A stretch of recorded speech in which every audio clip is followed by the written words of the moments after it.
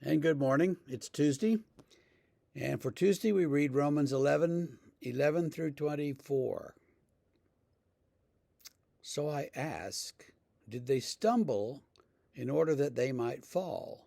By no means. Rather, through their trespass, salvation has come to the Gentiles so as to make Israel jealous.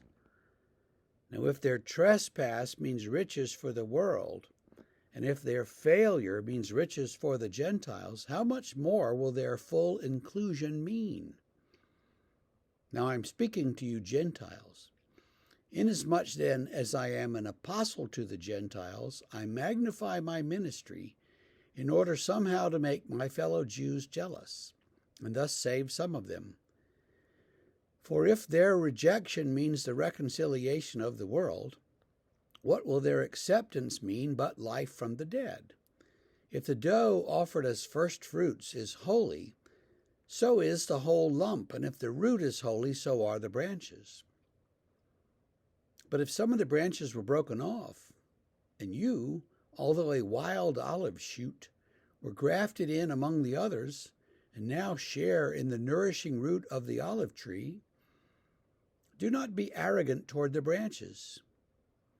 If you are, remember that it is not you who support the root, but the root supports you. Then you will say, branches were broken off so that I might be grafted in. That's true. They were broken off because of their unbelief. But you stand fast through faith. So do not become proud, but fear. For if God did not spare the natural branches, neither will he spare you. Note then the kindness and severity of God, severity toward those who have fallen, but God's kindness to you, provided you continue in his kindness. Otherwise you too will be cut off. And even they, if they do not continue in their unbelief, will be grafted in, for God has the power to graft them in again. For if you were cut off from what is by nature a wild olive tree, and grafted contrary to nature into a cultivated olive tree, how much more will these natural branches be grafted back in to their own olive tree? That might sound like a bunch of gobbledygook, but actually Paul is making a bunch of comparisons here and drawing a bunch of contrasts.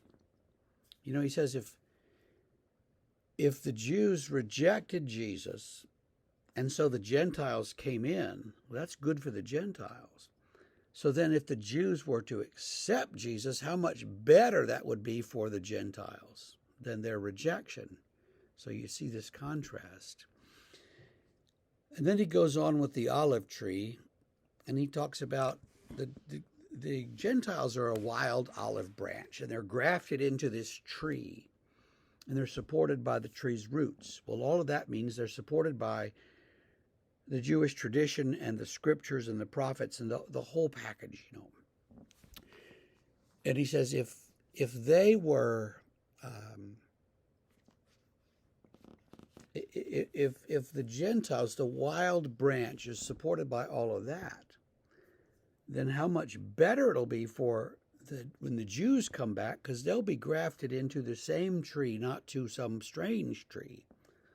And if the Gentiles, a wild branch, can survive in the cultivated tree, well, then the cultivated branch will be even better supported and better able to survive in the olive tree. So you see these contrasts, and all the way along he's making his argument that some Jews have rejected Jesus, yes, and some have rejected him for a while, but God is still going to honor his covenant with the Jews and bring everybody back together. And so there'd be no problem with God. And if the Jews, some Jews don't follow Jesus, that's not God's fault.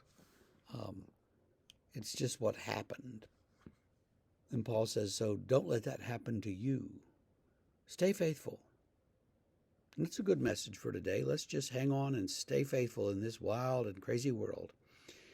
We will see you Wednesday morning.